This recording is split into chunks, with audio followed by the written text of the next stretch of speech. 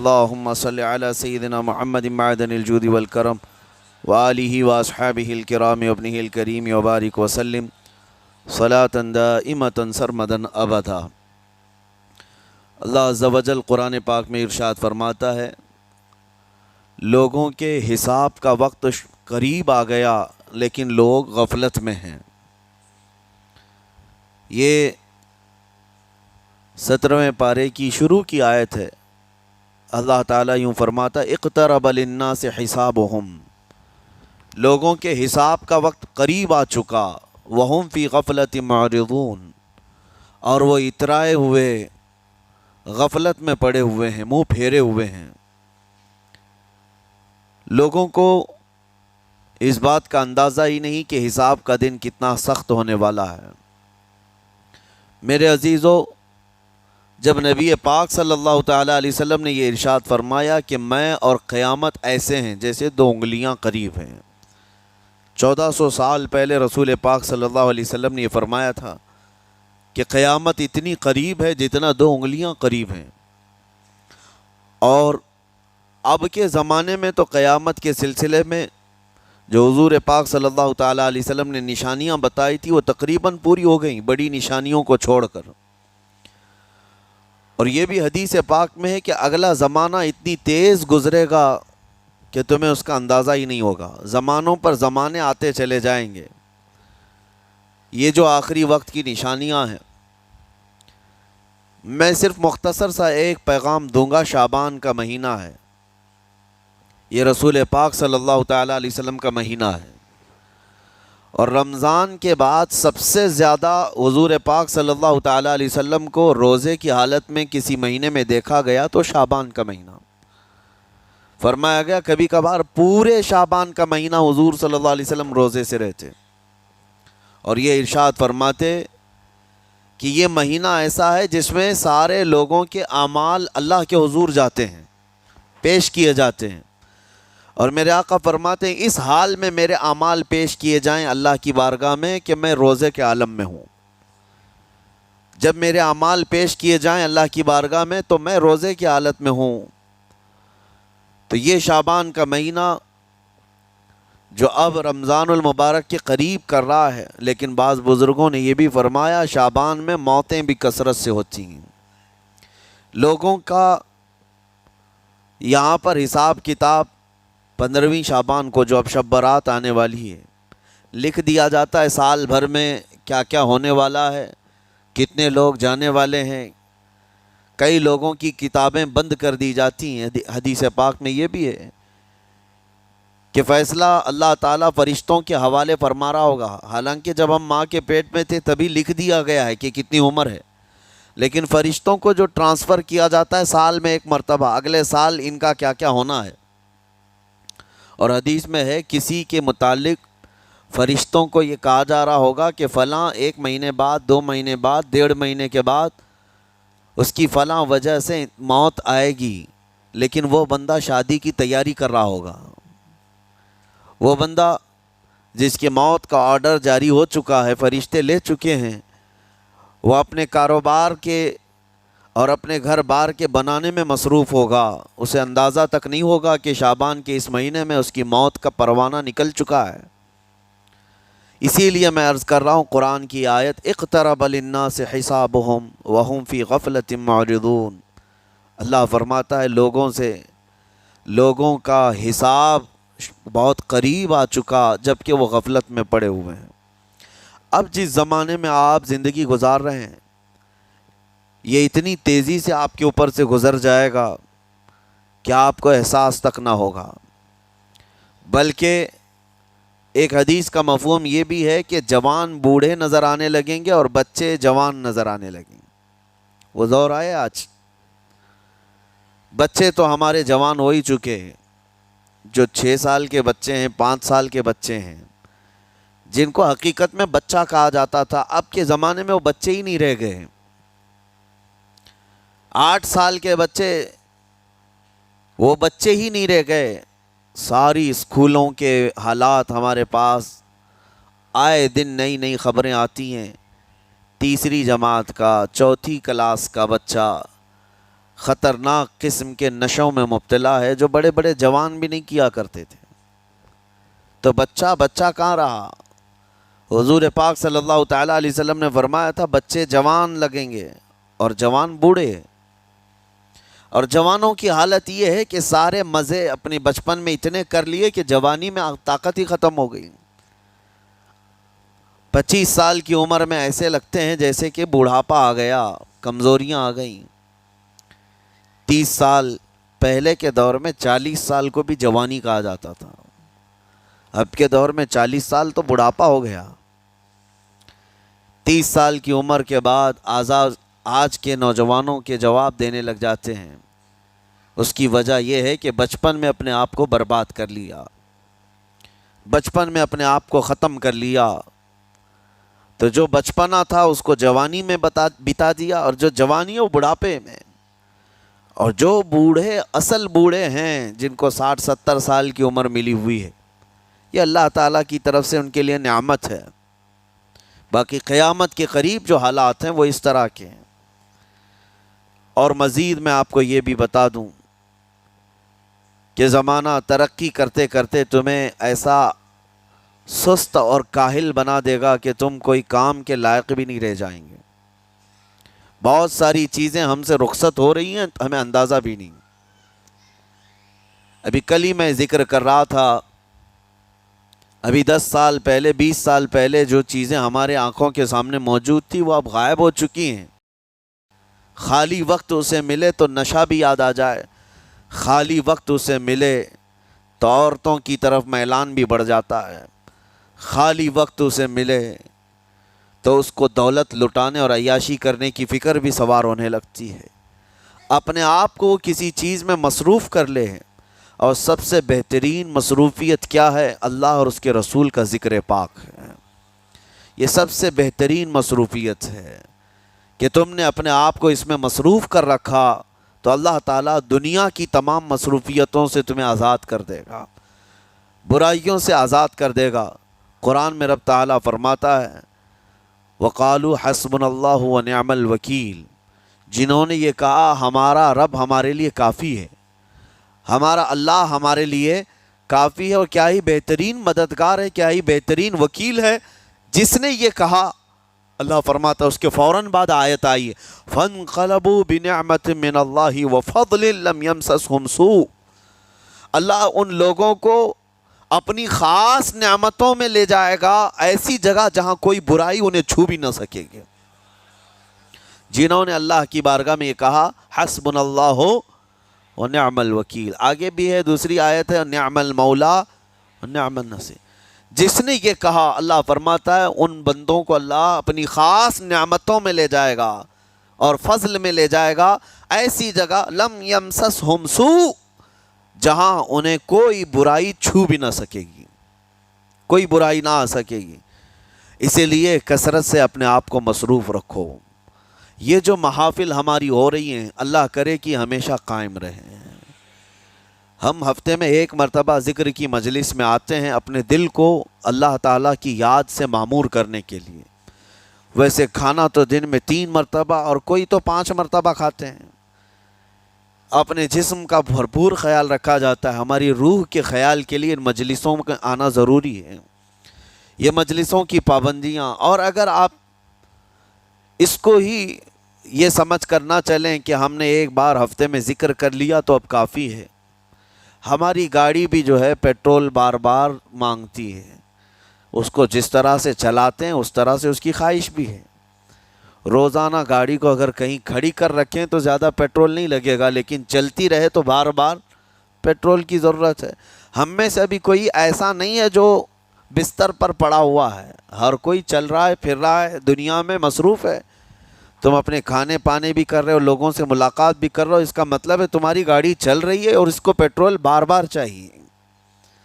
اور یہی جو ایندھن ہے، یہ پیٹرول ہے، اس کا کام یہ اللہ تعالیٰ کا ذکر کرتا ہے۔ تمہارے جسم کو بیلنس رکھنے کے لیے، تمہاری فکروں کو بیلنس رکھنے کے لیے، تمہارے دماغ کو صحیح سلامت ایک نہج پر رکھنے کے لیے یہ ذکر کی محافل قوت دیتی ہیں۔ اگر اس ہفتے میں آپ نے ذکر کیا نہیں ہوا تو آپ اپنے ہی گھر پر سونے سے قبل بستر پر بیٹھ کر کیوں اللہ کا ذکر نہیں کر لیتے؟ 5 منٹ 10 منٹ اس مولا کو پکار کر کے سونے میں کیا حرج ہے؟ لوگ موبائل دیکھتے، گانے سنتے، فلمیں دیکھتے ہوئے سو جاتے ہیں، لیکن اللہ رب العزت کو یاد کر کے سونے والا، میرے عزیزو، قرآن میں مولا فرماتا ہے فَاذْكُرُونِي أَذْكُرْكُمْ، اس کا وعدہ ہے تم مجھے یاد کرو میں تمہیں یاد کروں گا۔ اور اس کی تفسیر میں اللہ تعالیٰ کے اس قول میں، اس فرمان کی تفسیر میں بزرگوں نے فرمایا اللہ کیسے یاد کرتا ہے بندے کو؟ اللہ بندے کو کیسے یاد کرتا ہے؟ جب تم اس کی یاد میں مصروف رہے، اپنے آپ کو بزی کر رکھا، اللہ تمہیں کیسی جگہ یاد کرتا ہے؟ فرماتے ہیں مفسرین کہ بندہ تو لوگوں میں اللہ کو یاد کیا، اور اللہ بندے کو فرشتوں میں یاد کرتا ہے۔ فرشتوں کے درمیان تمہارا ذکر ہونے لگتا ہے کہ فلاں کا بیٹا فلاں آج میرا ذکر کر رہا تھا، آج محفل ذکر سے جتنے نکلیں گے اللہ کریم ہمارا ذکر فرشتوں میں ضرور فرمائے گا، فرشتوں میں ضرور ذکر ہوگا کہ فلاں بندہ آج ذکر میں مشغول تھا۔ اور پھر یہ بھی فرمایا بزرگوں نے، مفسرین نے، کہ اللہ تعالیٰ وہاں یاد کرتا ہے جہاں فرشتے ہوں، فرشتوں کی محفل میں تمہارا ذکر۔ اور اس کے علاوہ یہ بھی فرمایا گیا کہ تم دنیا میں زندگی میں اسے یاد کرتے تھے، اور وہ تمہیں مرنے کے بعد قبر میں یاد کرے گا۔ جب دنیا تمہیں چھوڑ دیتی ہے تب اللہ تعالیٰ تمہیں یاد فرماتا ہے۔ فَاذْكُرُونِي أَذْكُرْكُمْ کا مطلب یہ ہے وہ تمہیں یاد فرمائے گا، لیکن اس کے لیے کثرت سے تم اللہ کو یاد کرو، اللہ کو یاد کرو۔ تو بہرحال میرے عزیزو، قیامت کی نشانیاں جو ہم نے آج مختصر آپ کے سامنے رکھی، وہ بہت تیزی سے تمہارے سروں پر آ رہی ہیں، اور تمہارے ہاتھوں سے بہت سارے کام اب چھن جائیں گے۔ ابھی آپ ترقیات میں خوشی سے بات کرتے ہوئے بیٹھتے ہیں نا، ڈسکس کرتے رہتے ہیں کہ سنا ہے ایسی کار آ رہی ہے کہ وہ اب بغیر ڈرائیور کے چلے گی، روبوٹ سے چلے گی۔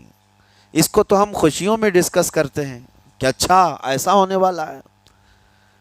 پہلے ایسا تھا کہ موبائل آپ بٹن کے دباتے تھے، کسی نے اگر خبر کر دیا کہ نہیں بعد میں صرف ٹچ کرنے سے آتا ہے تو آپ کہتے اچھا ایسا بھی آنے والا ہے۔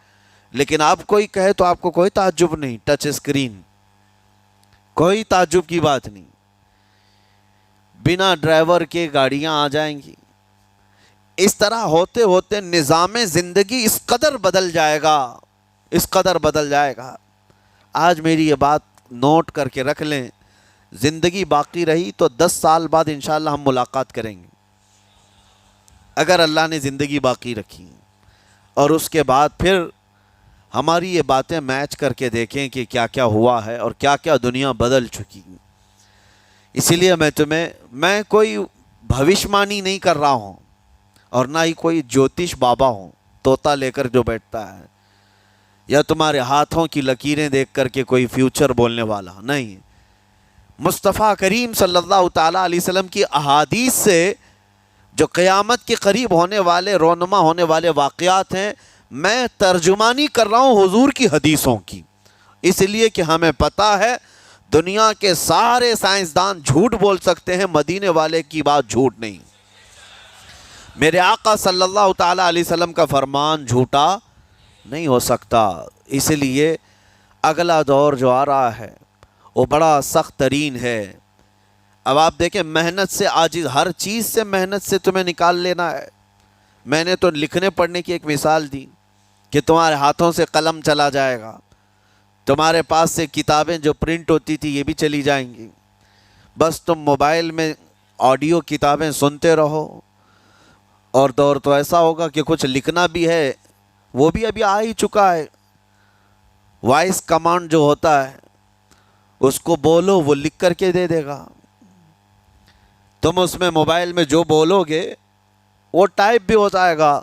تو جب آپ کے بولنے سے سب لکھ بھی جاتا ہے تو قلم اٹھانے کی ضرورت کیا ہے؟ قلم چھوٹ گیا تمہارے ہاتھ سے، یہ سب چیزیں چھوٹ جائیں گی۔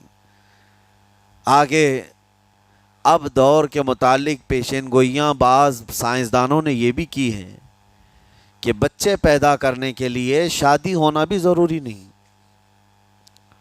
یہ دنیا کا پلان ہے. یہ میں فطرت خداوندی کو نہیں بتا رہا، اللہ کے قانون کے خلاف ہے، لیکن دنیا یہ بھی چاہتی ہے کہ شادی کی بھی ضرورت نہیں، بچے ہم لیب میں پیدا کریں گے. لیبارٹری کے اندر ماں کی جیسے رحم دانی ہوتی ہے، بچہ دانی، آرٹیفیشیل اس کو تیار کر کے اس کے اندر کسی مرد کے نطفے کو رکھ کر اس کو وہیں پروان دیا جائے گا. نہ کسی یہ شادی کی ضرورت ہے، نہ کوئی عقد، نہ کوئی ایگریمنٹ، کچھ نہیں. جس کو بچہ چاہیے وہ لیب سے خرید لے. ہر طرح کی چیزوں سے تمہیں عاری کر دیا جائے. ابھی تو بہت سارے لوگ سوال بھی کرتے ہیں ہم سے ٹیسٹ ٹیوب بیبی کے متعلق.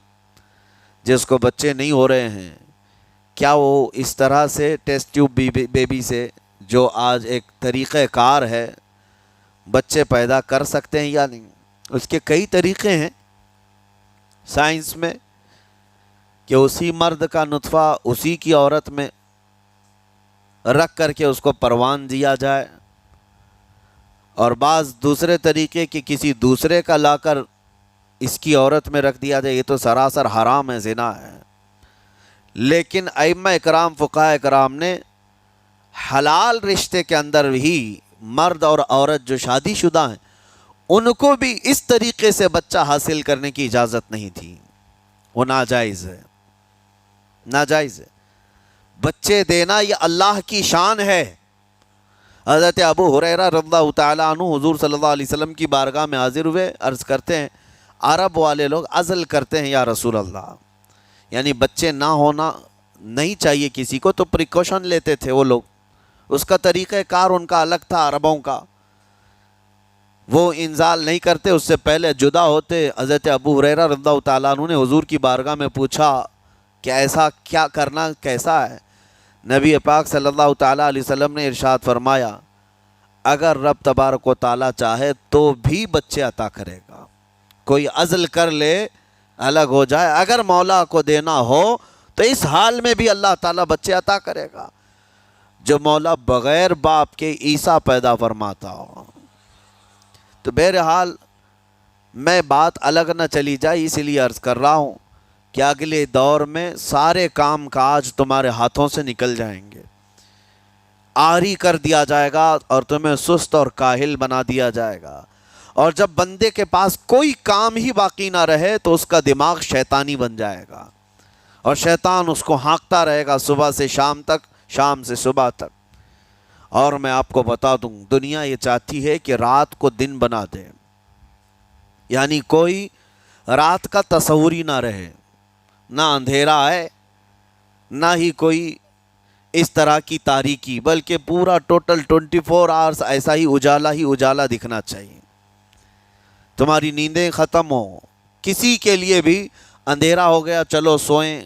یہ اللہ کے جتنے نظام ہیں اس سے یہ دنیا چھیڑ چھاڑ کرنے کی کوشش کر رہی ہے. یہ جو خفیہ طاقتیں ہیں دنیا کو جو چلا رہی ہیں، وہ فری میسن ہوں اور سیکریٹ تنظیمیں جو آج دنیا میں کام کر رہی ہیں، وہ قانون خداوندی سے چھیڑ چھاڑ کرنا ان کی فطرت ہے، عادت ہے. ہر چیز جو اللہ تعالیٰ کی بنائی ہوئی، پہاڑوں کو اپنی جگہ سے ہٹا دینا. عرب میں آج پتہ ہے آپ کو، سعودی میں سب سے زیادہ پہاڑ کاٹے جا رہے ہیں. پہاڑ اتنے کاٹتے ہیں وہ لوگ، پورے کے پورے پہاڑوں کو انہوں نے زمین سے الگ کر دیا، اور وہاں پہاڑ کا وجود ہی نہیں. مکہ میں جا کر آپ دیکھ لیں، مدینے میں جا کر دیکھ لیں، 4 سال 5 سال کنٹینیو کئی مشینیں لگا کر کے پورے پہاڑ کو صاف کر دیا، پتھر کے پہاڑ. اصل میں یہ نظام قدرت ہے، پہاڑ یوں ہی نہیں بنائے اللہ نے زمین پر. والجبال اوتادا، یہ میخ بنا کر کے اس میں گاڑ دیے گئے تاکہ زمین ہلنے نہ پائے. زمین پانی پر ہے، اور جب پہاڑوں سے چھیڑ چھاڑ کیا جائے گا زمینوں میں زلزلے آئیں گے، ادھر سے ادھر زمین ہل جائے گی. اور تو اور انہوں نے اپنی ٹیکنالوجی کو بڑھاتے بڑھاتے قانون خداوندی میں چھیڑ چھاڑ کے لیے کیا نہیں کیا، انہوں نے جعلی اور آرٹیفیشل ارتھ کویک لانے کی کوششیں کی، مصنوعی زلزلے، مصنوعی بارش ہوتی نہیں، لیکن پورے کلاؤڈ کو جمع کر کے، بادلوں کو جمع کر کے ایک جگہ، اور پھر اس کو کیمیکل کے ذریعے سے پانی برسا دیا جائے۔ لوگوں کو لگتا ہے کہ ابر چھا گیا اور پانی آنے لگ گیا، یعنی بارش بھی مصنوعی برسائی جائے، ہوائیں بھی مصنوعی چلائی جائیں، پہاڑ بھی کاٹ دیے جائیں، جعلی زلزلے لائے جائیں۔ سونامی کو بھی لانے کی ترکیبیں ان لوگوں نے سوچی کہ زیر زمین جو لاوا ہوتا ہے اس کے اندر دھماکہ کر دیا جائے تاکہ پانی کی موجیں بے قابو ہو کر بہت زیادہ لہریں اٹھ جائیں اور دنیا میں تباہی مچائیں۔ بیماریاں اللہ کی طرف سے آتی ہیں، لیکن بیماریاں یہ لیب میں بنانے کی کوشش کرتے ہیں کہ وائرس بنائے جائیں اور لوگوں کے درمیان چھوڑ دیے جائیں، جس کو آج دنیا کی بڑی طاقتیں بایو ویپن کا کہتی ہیں، یعنی ہتھیار صرف گولہ بارود بندوق اور میزائل ہی نہیں ہیں، ہتھیار یہ وائرس بھی ہیں، کیمیکل بھی ہے، دوائیوں کی شکل میں۔ یہ برسوں سے یہ تنظیمیں اس بات پر کام کر رہی ہیں، حتیٰ کہ یہ نظام قدرت کو، نظام خداوندی کو پورے اکثر بدلنے کے لیے انہوں نے مردوں کو عورت بنانا، عورتوں کو مرد بنانے کی بھی مہم چھیڑ رکھی ہے۔ ٹرانسجینڈر، ان سب کو خاص قانونی حق دیا جائے گا، اور مرضی سے آدمی اپنے جینڈر کو، اپنی جنس کو چینج کروا لے۔ یہ قانون خداوندی میں چھیڑ چھاڑ ہے نہیں، اور انسان کو جس کام کے لیے پیدا کیا گیا تھا اس کام سے اس کو عاری کر دیا جائے، کاہل بنا دیا جائے۔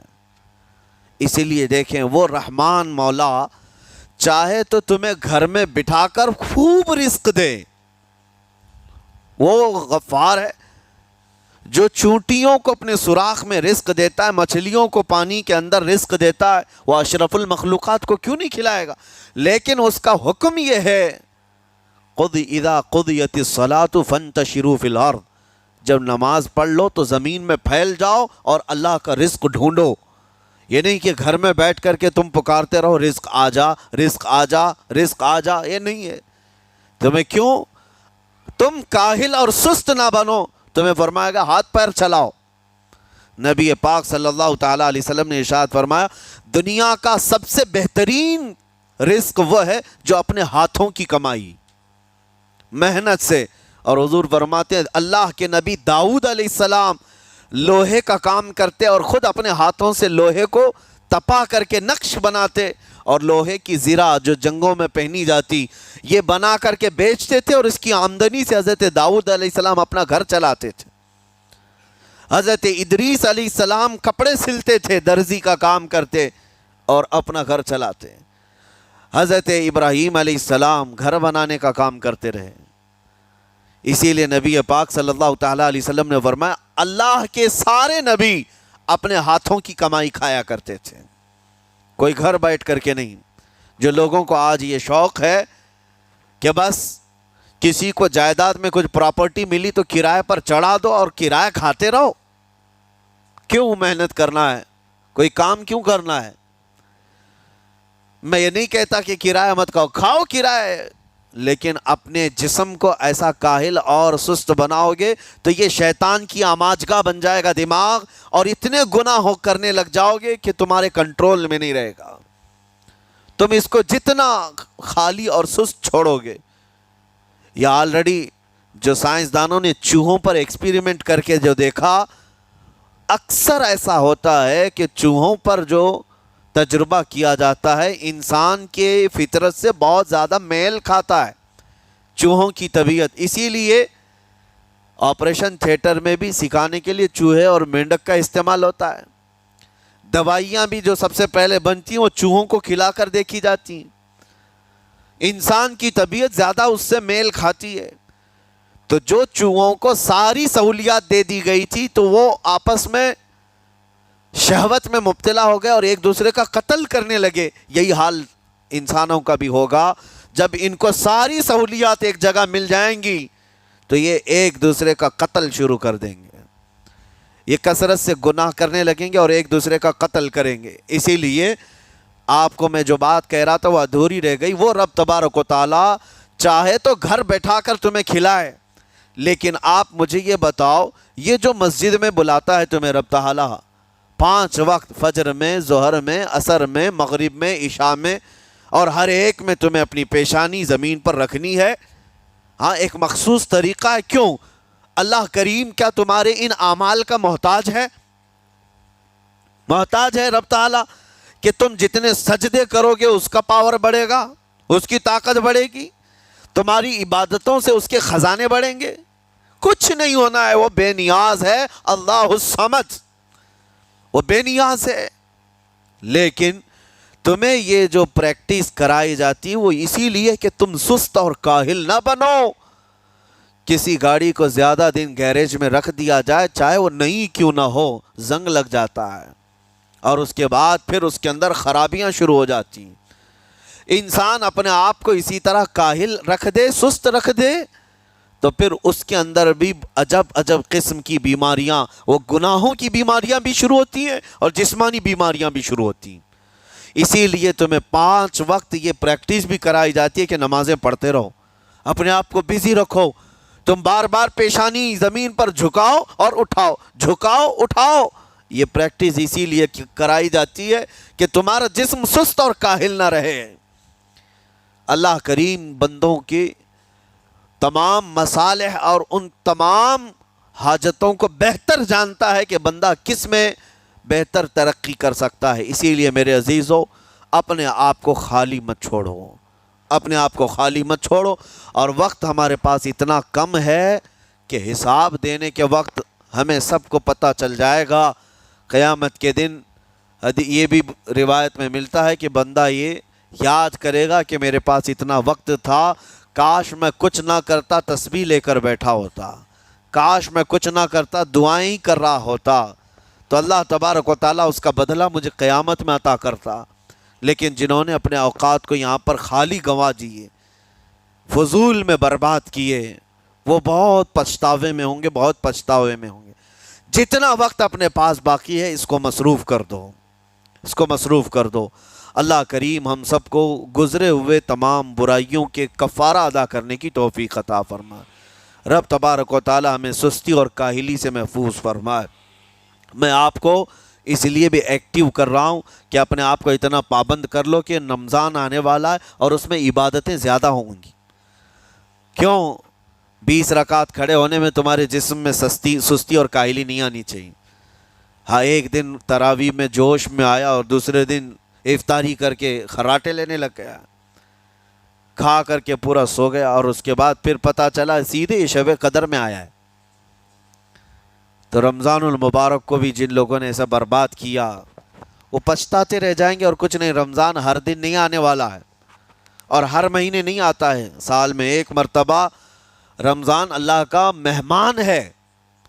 اس کے آنے سے پہلے اس کی آنے کی تیاریاں بھی کر لو، اپنے جسم کو ابھی سے اتنی عادت ڈالو، بلکہ جسم کو نہ صحیح لیکن دماغ کو اتنا بنا لو کہ مجھے یہ کرنا ہی ہے۔ یہ رمضان آئے گا تو میں ختم قرآن ضرور کروں گا، یہ رمضان آئے گا تو تراویح کی 1 رکعت بھی میری مس نہیں ہوگی، یہ رمضان آئے گا تو پورا قرآن میں تراویح میں ضرور سنوں گا، یہ رمضان آئے گا پورے رمضان میں ہر دن میں نبی پاک صلی اللہ علیہ وسلم پر 100 بار درود ضرور پڑھوں گا۔ یہ عہد ہوتے ہیں، یہ رمضان کی تیاریوں کے طریقے ہوتے ہیں۔ قرآن پاک پورا ختم کریں گے انشاءاللہ۔